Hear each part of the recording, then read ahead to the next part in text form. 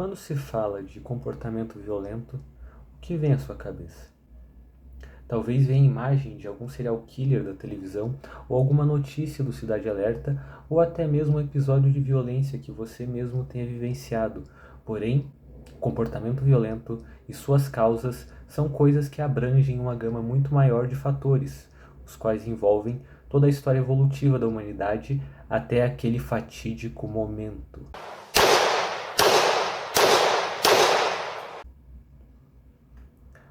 Quais foram os eventos que precederam aquele momento? Segundos, minutos, horas ou dias? O que havia acontecido? Então, quando a gente fala de um comportamento violento, o que pode ter ocasionado aquele comportamento? O que pode acarretar naquele comportamento? É uma questão interessante, já que aquela pessoa, aquele indivíduo que desempenhou aquele comportamento, teve uma vida antes daquilo. E o que aconteceu antes daquele evento específico? Em um estudo publicado na revista de Neuropsiquiatria e Neurociência Clínica e conduzido por Tateno, Jorge e Robinson, foi possível observar um aparecimento de 33% de comportamento agressivo por parte de pessoas com dano cerebral traumático e 11,5% para pacientes com traumas múltiplos, mas sem o dano cerebral traumático ou dano relacionado a trauma. O comportamento agressivo também esteve relacionado com danos na região do hipotálamo, as áreas mesolímbicas, o lóbulo temporal e o córtex pré-frontal. Também foi relatado um maior índice de abuso de substâncias entre pacientes agressivos. Então, essa região do hipotálamo ela é responsável pela regulação de emoções e também ela é responsável, principalmente, né, não é de todo o caso, mas ela também pode ser responsável ali pela formação de memórias, pela formação de novas memórias. E o córtex pré-frontal ele é famoso ali pela regulação também do sistema límbico, né, que é a parte do cérebro reptiliano que é responsável pelas sensações mais primais, assim, que são os sentimentos.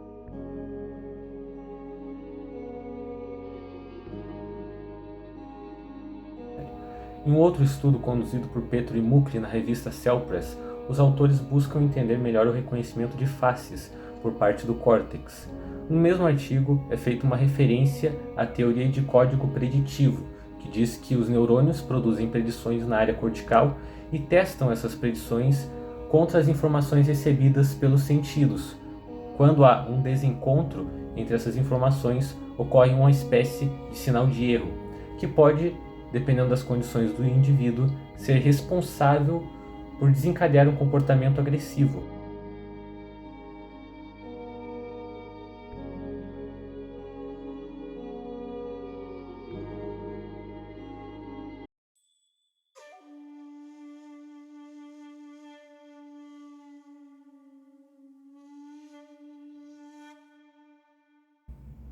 Então, a teoria do código preditivo ela vai falar que tudo que a gente consegue observar à nossa volta e todos os modelos mentais que a gente tem do mundo, eles dizem respeito à nossa experiência pessoal. A gente constrói a nossa visão no mundo a partir da nossa experiência pessoal e a gente vai testando, ou pelo menos em tese, né? Tem algumas pessoas que se recusam a testar a sua própria visão do mundo e acabam daí tendo uma visão um pouco engessada, né? Além dos eventos aleatórios de agressividade, existem também aqueles que são premeditados. Em um estudo feito pela FBI, a Agência de Inteligência dos Estados Unidos, analisou os 63 atentados cometidos no país entre os anos de 2000 e 2013 e concluiu que 94% dos assassinos eram homens, 63% brancos e 25% haviam sido diagnosticados com algum transtorno mental, sendo apenas 3 com transtorno psicótico. Essas pessoas não têm comportamento violento, têm fascínio pela violência. Então, quando a gente fala, nesse caso, de comportamento violento, a gente não está falando do comportamento violento em si, a gente está falando sim de uma certa construção social que se refere ou espera do homem branco que seja uma pessoa violenta, uma pessoa que faça valer a sua vontade por meio da violência. E, nesses casos, eles acabam sendo um exemplo extremo desse tipo de narrativa construída por meio de filmes, por meio de desse fascínio por armas, por violência e tudo mais que a gente consegue observar na mídia e em contextos sociais.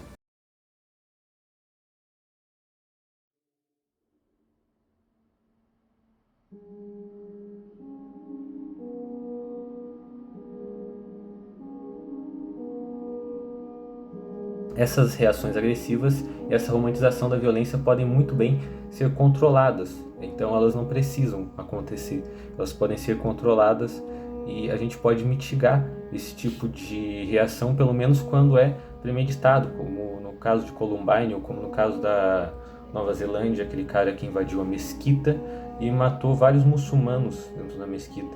Então tem vários casos do tipo em que essas pessoas elas reagem e reagem de forma premeditada.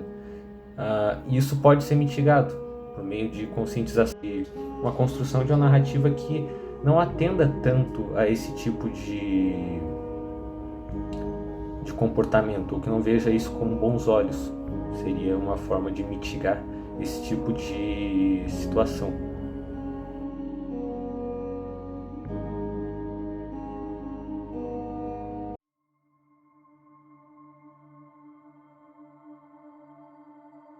Quanto à genética, qual que é a relação da genética com o comportamento agressivo? Para a gente entender como que a genética influencia o comportamento, é preciso entender os limites dessa ciência para o estudo do comportamento. Então, a genética ela tem muitos limites, ela é muito limitada para a gente conseguir compreender o comportamento.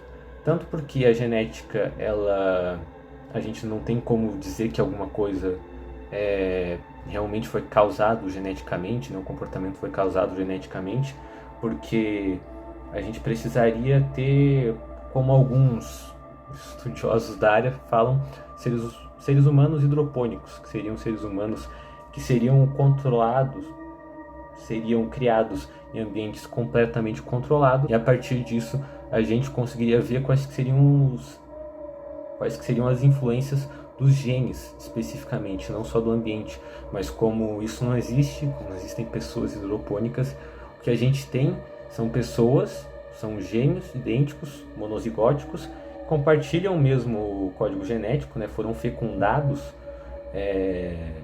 por um espermatozoide, pelo mesmo espermatozoide, e são originários do mesmo óvulo, e esses gêmeos monozigóticos eles são separados das famílias e são adotados por casais diferentes. Daí alguns vão herdar